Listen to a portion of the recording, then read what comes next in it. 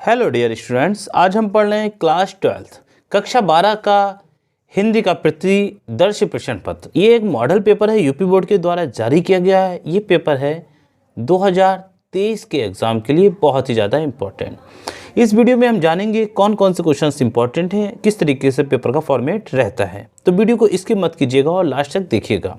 देखिए, इसके लिए आपको 100 नंबर मिलेंगे, पूर्णांक 100 नंबर रहेगा। 3 घंटे 15 मिनट का समय रहेगा। पहले जो 15 मिनट आपको मिलेंगे वो केवल प्रश्न पत्र पढ़ने के लिए मिलेंगे। ये पेपर जो होगा 2 खंडों में डिवाइड है। सारे खंडों के प्रश्नों का उत्तर आपको देना आवश्यक है। पहले देखते हैं खंड का में पहला प्रश्न जो आएगा वो है हमारा, उक्ति व्यक्ति प्रकरण के रचनाकार हैं, कौन है? ऑब्जेक्टिव टाइप क्वेश्चन है, 1 नंबर का एक क्वेश्चन है। गोकुलनाथ, दामोदर शर्मा, नाभादास, मुंशी सदा सुख लाल। इसका सही आंसर है दामोदर शर्मा। नेक्स्ट क्वेश्चन है, भारतेंदु युग की पत्रिका है, कवि वचन सुधा, सरस्वती, मर्यादा या फिर हंस। इसका सही आंसर है कवि वचन सुधा। नेक्स्ट है, हिंदी गद्य साहित्य के द्वितीय उत्थान का प्रारंभ हुआ 1918 में, 1900 में, 1936 में या 1938 में। देखिए, इसका सही आंसर जो है वो है 1950। यहाँ पर ये ऑप्शन नहीं दे रखा है। सेवा सदन के रचनाकार हैं जैनेन्द्र, अज्ञय, प्रेमचंद्र, हरिकृष्ण प्रेमी। इसका सही आंसर है प्रेमचंद्र। सेवा सदन के रचनाकार प्रेमचंद्र जी हैं, मुंशी प्रेमचंद्र। नेक्स्ट क्वेश्चन है, हिंदी की प्रथम आधुनिक कहानी श्रेय होने का श्रेय दिया जाता है। आधुनिक कहानी होने का श्रेय किसे दिया जाता है? सीधा सीधा क्वेश्चन है। इंशा अल्लाह खान, किशोरी लाल गोस्वामी, रामचंद्र शुक्ल, विष्णु प्रभाकर। इसका सही आंसर रामचंद्र शुक्ल है। आदिकाल का ग्रंथ नहीं है, इनमें से कौन सा आदिकाल का ग्रंथ नहीं है? कीर्तिलता, विसल देव रासो, अलय खंड, पद्मावत। और इसका जो सही आंसर है पद्मावत। आदिकाल का ग्रंथ नहीं है, कौन सा नहीं है? पद्मावत। नेक्स्ट क्वेश्चन है, अष्टछाप के कवियों का संबंध है भक्ति काल की, राम भक्ति शाखा से, ज्ञानश्री शाखा से, परमाश्री शाखा से या कृष्ण भक्ति शाखा से। इसका सही आंसर है कृष्ण भक्ति शाखा से। श्रृंगार और वात्सल रस के अमर कवि हैं केशवदास, कबीरदास, सूरदास, कविवर बिहारी। इसका सही आंसर है सूरदास। नेक्स्ट है, चांद का मुंह टेढ़ा है, रचना की विधा है काव्य, उपन्यास, निबंध, कहानी। ये है काव्य। नेक्स्ट है, कबीर वाणी के डिक्टेटर हैं, कथन है, ये किसका कथन है? आचार्य हजारी प्रसाद द्विवेदी, जयशंकर प्रसाद, रामचंद्र शुक्ल, नंद दुलारे वाजपेयी। इसका सही आंसर है आचार्य हजारी प्रसाद द्विवेदी। नेक्स्ट क्वेश्चन की ओर चलते हैं। क्वेश्चन नंबर आ जाता है अब हमारा 3। निम्नलिखित गद्यांश का संदर्भ देते हुए, यहां पर देखिए गद्यांश है, इसका संदर्भ देते हुए किसी एक के नीचे दिए गए प्रश्नों का उत्तर दीजिए। देखिए कितने क्वेश्चंस होंगे? 5 क्वेश्चन होंगे। उन 5 के क्वेश्चंस को आपको लिखना है, हर एक के लिए 2 नंबर मिलेगा।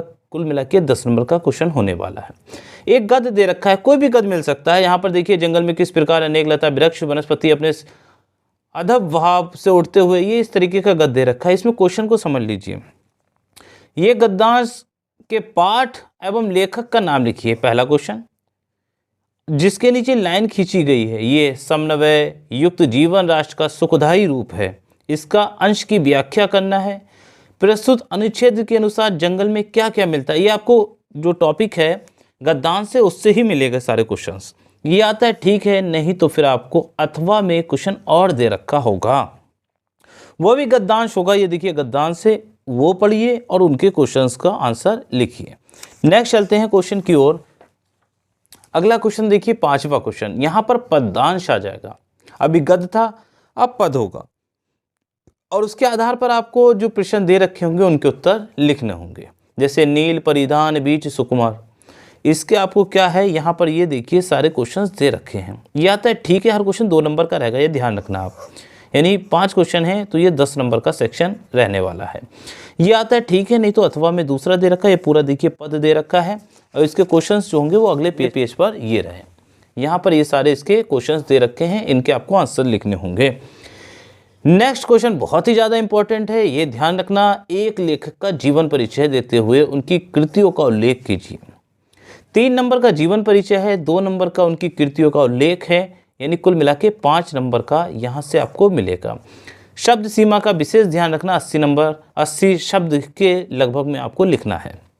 कौन कौन से हैं यहाँ पर लेखक हैं, ये ध्यान रखना, लेखक की बात हो रही है। वासुदेव शरण अग्रवाल, पंडित दीनदयाल उपाध्याय, प्रोफेसर जी सुंदर रेड्डी, ये ठीक है। इसके साथ में एक क्वेश्चन खा दे रखा है, ये ऑप्शन में नहीं है, दोनों करने हैं आपको, एक कवि का पूछा गया है। जीवन परिचय देते हुए उनकी कृतियों का उल्लेख कीजिए। 3 नंबर का जीवन परिचय, 2 नंबर का कृतियाँ, यानी कुल मिला के 5 नंबर का ये भी क्वेश्चन रहेगा। शब्द सीमा फिर 80 है। यहाँ पर जो कवि हैं वो जयशंकर प्रसाद, रामधारी सिंह दिनकर, सूर्यकांत त्रिपाठी निराला, अयोध्या सिंह उपाध्याय हरिऔध। ठीक है, ये कुछ कवि दे रखे हैं, इन कवियों का भी आपको जीवन परिचय किसी एक का लिखना है। कहानी, अगला क्वेश्चन है, कहानी तत्वों के आधार पर पंच लाइट या बहादुर कहानी की समीक्षा कीजिए।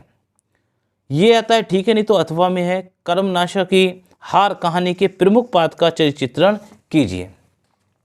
नेक्स्ट आ जाता है, स्वपठित खंड काव्य के आधार पर निम्नलिखित प्रश्नों में से किसी एक प्रश्न पर का संक्षिप्त उत्तर दीजिए। किसी एक प्रश्न का, देखिए आपके यहाँ आपके जो भी डिस्ट्रिक्ट है, जिला है, उस जिले में जो सा भी खंड काव्य चल रहा है, जो भी सभी आपका सिलेबस में है खंड, उस काव्य का आपको उस खंड काव्य का क्या करना है, प्रश्न लिखना है। केवल एक करना है, ये ध्यान रखना आपको। यहाँ पर देखिए रश्मिरथी खंड काव्य के आधार पर प्रधान पात्र की आपको क्या करना है, चरित्र पर प्रकाश डालना है, या फिर आपको श्रवण कुमार होगा, मुक्ति योग होगा, या त्यागपति होगा, सत्य की जीत होगा। इनमें से किसी एक को ही आपको करना है, ये ध्यान रखना आप। ठीक है, सारे क्वेश्चंस को पढ़ लेना एक बार। नेक्स्ट क्वेश्चन आ जाता है खंड खा। खंड खा में क्या होगा, संस्कृत स्टार्ट है, यहाँ से संस्कृत का गद्यांश होगा जिसका संदर्भ सहित हिंदी में अनुवाद करना है। गद्यांश 2 नंबर का, अनुवाद 5 नंबर, यानी कुल मिला के ये आपका सेक्शन खंड खा का जो पहला क्वेश्चन है, प्रश्न नंबर 8वां, वो का वाला 7 नंबर का है। यहाँ से लेकर देखिए यहाँ तक जो क्या है, एक पैराग्राफ दे रखा है, गद्य दे रखा है, इसका आपको आंसर लिखने होंगे। यहाँ से अगर यह आता है ठीक है, नहीं तो अथवा में या में दे रखा है, यहाँ से लेकर यहाँ तक है, इसका आपको गद्य और हिंदी में अनुवाद लिखना होगा। 2 में से कोई एक आप कर सकते हैं। अगला है आपको श्लोकों का हिंदी में अनुवाद करना है, ये भी 7 नंबर का है, संदर्भ सहित अनुवाद करना है। एक श्लोक ये है, दूसरा श्लोक ये है, आपको इसका संदर्भ बताना है, फिर इसका अनुवाद करना है। अगला प्रश्न जो है, निम्नलिखित में से किन्हीं 2 संस्कृत में उत्तर दीजिए। यहाँ पर 1 2 3 4 क्वेश्चन हैं, 4 में से कोई 2 क्वेश्चन आपको करने होंगे, प्रत्येक के लिए आपको 2 नंबर मिलेगा, यानी 4 नंबर का क्वेश्चन रहेगा। प्रश्न 10 आ जाता है, श्रृंगार रस अथवा करुण रस की परिभाषा लिखकर उसका उदाहरण लिख दीजिए। नेक्स्ट है, श्लेष अलंकार तथा दृष्टांत अलंकार की परिभाषा उदाहरण सहित लिखिए। चौपाई छंद या दोहा छंद की परिभाषा उदाहरण सहित लिखिए। अगला क्वेश्चन चलते हैं, निम्नलिखित में से किसी एक विषय पर निबंध लिखिए। आपको निबंध लिखना है किसी एक पर, जैसे बेरोजगारी समस्या और समाधान, सर्वधर्म संभाव, किसी मेले का आंखों देखा वर्णन, गोस्वामी तुलसीदास। इसके लिए आपको 9 नंबर मिलेंगे, 9 नंबर का ये निबंध रहने वाला है। अगला क्वेश्चन की ओर चलते हैं, क्वेश्चन नंबर 12 है, जिसमें पावक का संधि विच्छेद करना है, आपको प्रजेता का संधि विच्छेद करना है। पुस्तकालय में संधि कौन सी है, निम्नलिखित में से किसी एक का विग्रह करके समास का नाम लिखिए। नेक्स्ट क्वेश्चन है, द्वितीय बहुवचन के रूप में लिखना है आपको नामन। शब्द चतुर्थी विभक्ति के बहुवचन के रूप में लिखना है आपको। स्था धातु लोट लकार मध्य पुरुष एक वचन का रूप होगा, यह आपको पूछा गया है। इसी प्रकार से निम्नलिखित में से किसी एक शब्द के धातु एवं प्रत्यय का योग स्पष्ट कीजिए। किसी एक शब्द का प्रत्यय लिखिए। यहाँ पर शब्द दे रखे हैं, आपको इनका प्रत्यय और योग लिखना है। अगला क्वेश्चन जो है वो है रेखांकित पदों में से किसी एक पद में प्रयुक्त विभक्ति तथा संबंधित नियम का उल्लेख कीजिए। यहाँ पर देखिए एक क्या दे रखा है, कुछ पद दे रखे हैं, इसका आपको विभक्ति और उसका संबंधित नियम का उल्लेख करना है। निम्नलिखित में से किसी दो का संस्कृत में अनुवाद कीजिए। तुम जाते हो, गांव के चारों ओर वृक्ष हैं, ये कुछ लाइनें दे रखी हैं, इसका संस्कृत में अनुवाद करना है, वो केवल दो का ही करना है, जिसके लिए आपको 2 नंबर एक क्वेश्चन के लिए मिलेगा। कुल मिला के 4 नंबर का सेक्शन क्वेश्चन रहेगा। लास्ट वाला क्वेश्चन नंबर 14, ये मैंने आपको पूरा पेपर बताया है क्लास 12th का, जो कि सन 2023 के लिए बहुत ही ज़्यादा इंपॉर्टेंट है। इससे मैंने कुछ क्वेश्चंस का सोल्यूशन आपको प्रोवाइड कर दिया, स्पेशली जो ऑब्जेक्टिव थे। अगर आप चाहते हैं कि मैं जो लॉन्ग शॉर्ट और बाकी सारे क्वेश्चंस हैं उन्हें भी सॉल्व आउट करूं, तो ज़्यादा से ज़्यादा कमेंट करिए, नेक्स्ट वीडियो में मैं इसका आंसर भी प्रोवाइड कर दूंगा। यदि आपको वीडियो अच्छी लगी तो वीडियो को लाइक और शेयर करना ना भूलें और चैनल को सब्सक्राइब ज़रूर करें। Thank you.